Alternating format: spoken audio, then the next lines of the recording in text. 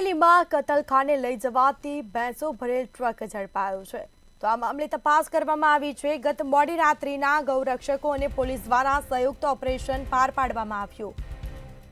સાવરકુંડલા આંબરડી ખંભાતના ગૌરક્ષકોને ચોક્કસ બાતમી મળી હતી અને બાતમી મળતાની સાથે જ મોડી રાત્રે ગૌરક્ષકો ખાંભા પોલીસ સ્ટેશન પહોંચ્યા। ગૌરક્ષકો અને પોલીસ દ્વારા સંયુક્ત ઓપરેશન કરી ટ્રકને ઝડપી પાડવામાં આવ્યો છે। ટ્રકમાંથી 13 જેટલી જીવિત ભેંસોને કસાઈઓના હાથમાંથી મુક્ત કરાવાઈ છે। પોલીસે આરોપી સાજિદ જમાલ અને ફિરોઝ અગવાન સામે ગુનો નોંધીને તપાસ શરૂ કરી। તો તમામ ભેંસોને અમરેલી ગૌશાળા ખાતે મોકલવામાં આવશે, જેમાં અમરેલીમાં કતલખાને લઈ જવાતી ભેંસો ભરેલ ટ્રક ઝડપાયો છે। તો ગત મોડી રાત્રિના ગૌરક્ષકો અને પોલીસ દ્વારા સંયુક્ત ઓપરેશન પાર પાડવામાં આવ્યું હતું। ચોક્કસ બાતમી મળી હતી ગૌરક્ષકોને અને તે બાતમીના આધારે તપાસ કરી હતી।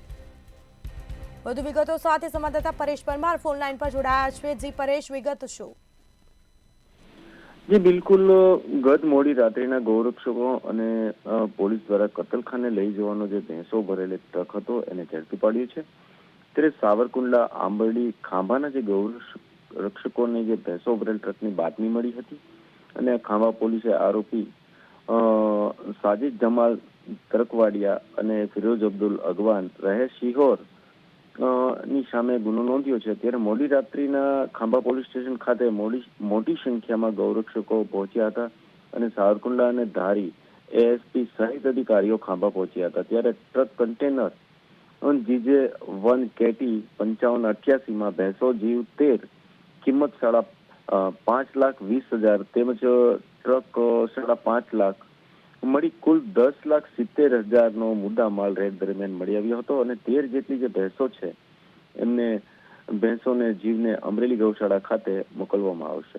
ત્યારે આ અમરેલી માં જે ગત મોડી રાત્રિના જે ગૌરક્ષકો અને પોલીસ દ્વારા સંયુક્ત ઓપરેશન જે હતું એ પાર પાડવામાં આવ્યું છે અને ભેંસો ભરેલ ટ્રકને ઝડપી પાડ્યો છે। જી બિલકુલ, તમામ જાણકારી આપવા બદલ આપનો આભાર।